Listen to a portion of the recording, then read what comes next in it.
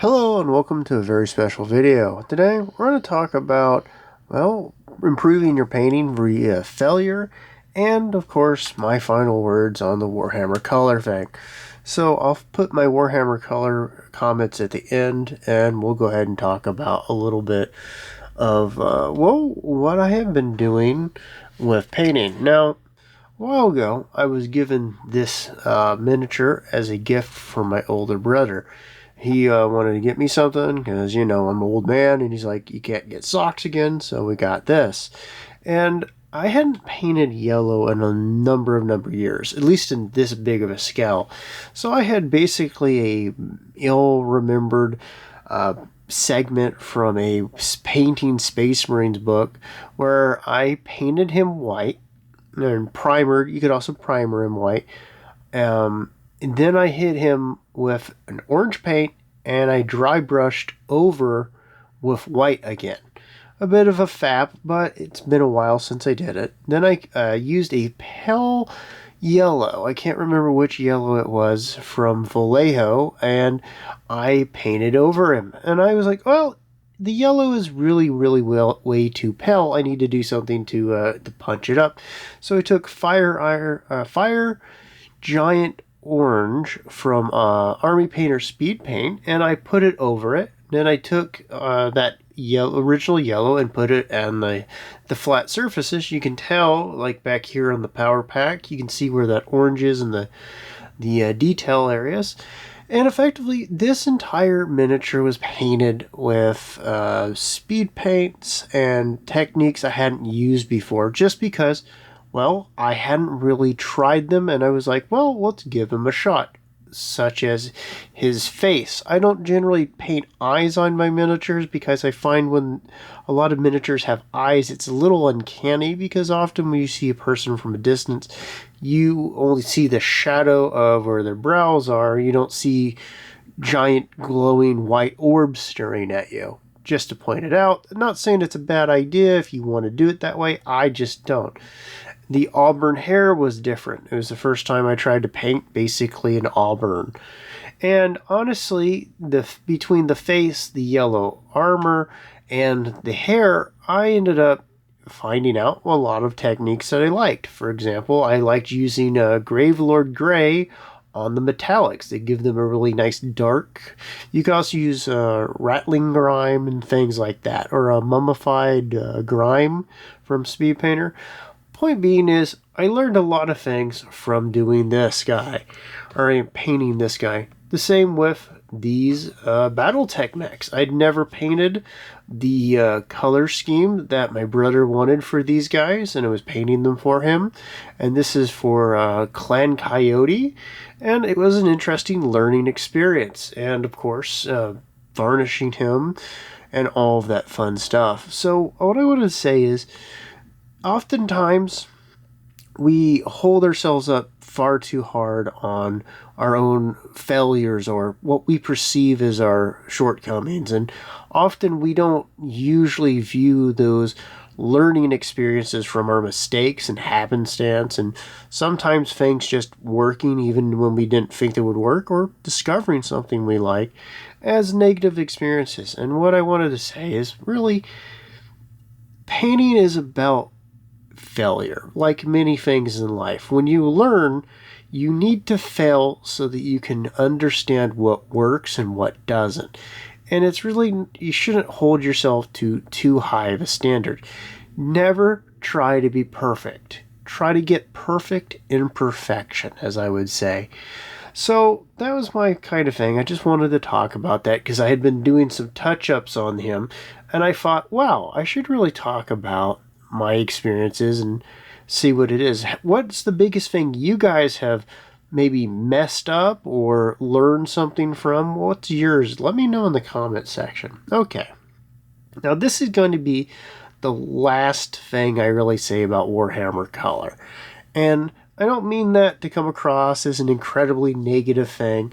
I'm just going to go ahead and move a couple of these guys aside.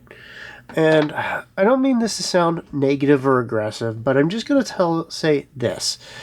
I do not necessarily agree with Nellip entirely, nor do I agree with, Arch entirely. I have viewed the rebranding for Warhammer Citadel Colors, or should we say Citadel Colors, as an entirely business-oriented move. Because a business does not care that the Citadel name has been what they have called it for years. They are not attached to any of the things. Clearly, Fafnir here was a complete change to the stylistic design of Mark III, and they did not cry at all about that. They didn't care. And I know that sucks. And for people who still deeply care about Warhammer, I don't want you to think this is me attacking you.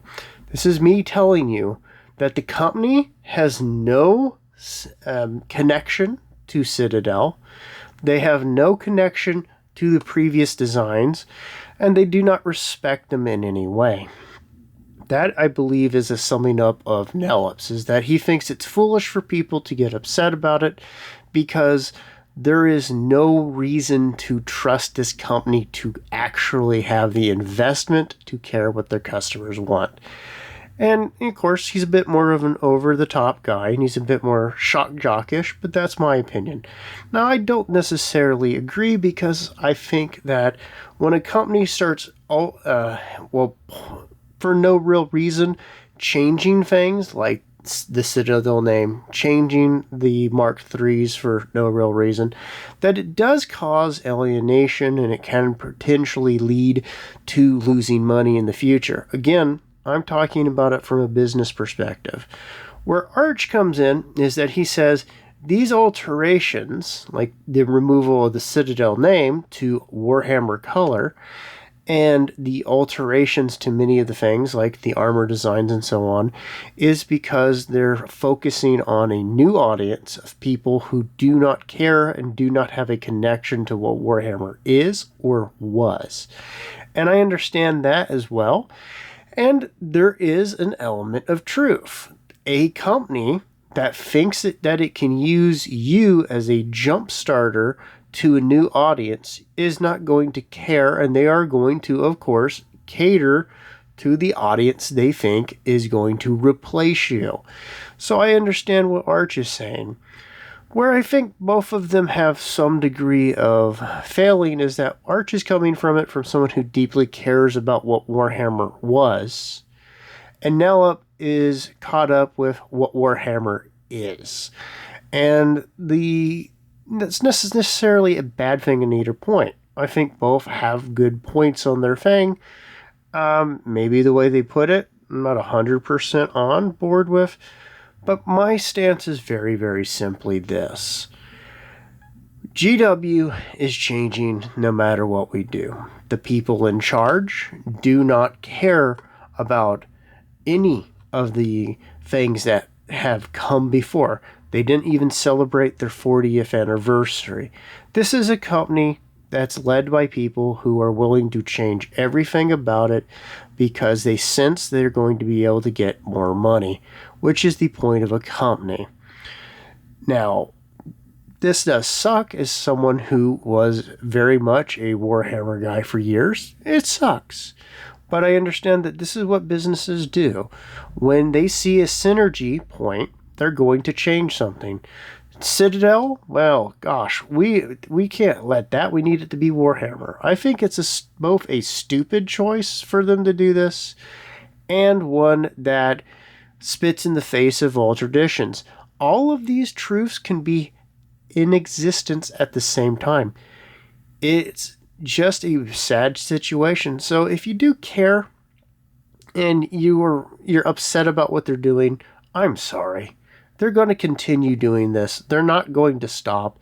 And the best thing I can tell you to do is go out and find other products, other lines of things that may provide you the same kind of thing or even better quality. To go out there and do things that are best for you, even if it is within the Games Workshop offerings or not. You are ultimately going to be, for yourself, the most important arbiter towards the good or the bad, and what you think is worthwhile and not worthwhile. Don't let any of us sway you. The only thing that you should be using us for is to help figure out if something is what you want or not want. If you agree with Nella, 100% I get you. You think it's silly to put investment in a company that clearly doesn't want you? I get that. You make your choices from there. If you're a person that gets really angry that Games Workshop is changing everything, like the Citadel name, and you'd want to get out, here's some options. There's speed paints, there's express colors from Vallejo, there's dipping inks, and even more from there. I believe even AK has something now. If you're a person that sees this in kind of both camps and you understand that this is clearly a business move, if you don't want to support it or you just want to get better for your dollar, look at other things. But the thing is, guys, let me know what your opinions of this are. Do you really like it? Who do you think has the best take on it? And honestly, what do you guys ultimately think this is going to drive you to do? With the removal of the Citadel, or is it going to change none of your buying tactics or, habits? Is it going to push you to something like Speed Paints or Vallejo's Express? Or is it just silly and you're not going to waste your money either way and you're just going to get the things that matter to you? Either way, I hope I gave you some kind of at least perspective and I've cleared up my point and mostly explained where I agree and don't agree, and at least my understandings of those individuals' takes. And hey, hopefully, if you guys want to talk to me about my stance on it, I will definitely respond to you in the comments. Till then, you guys have a wonderful day. Bye-bye.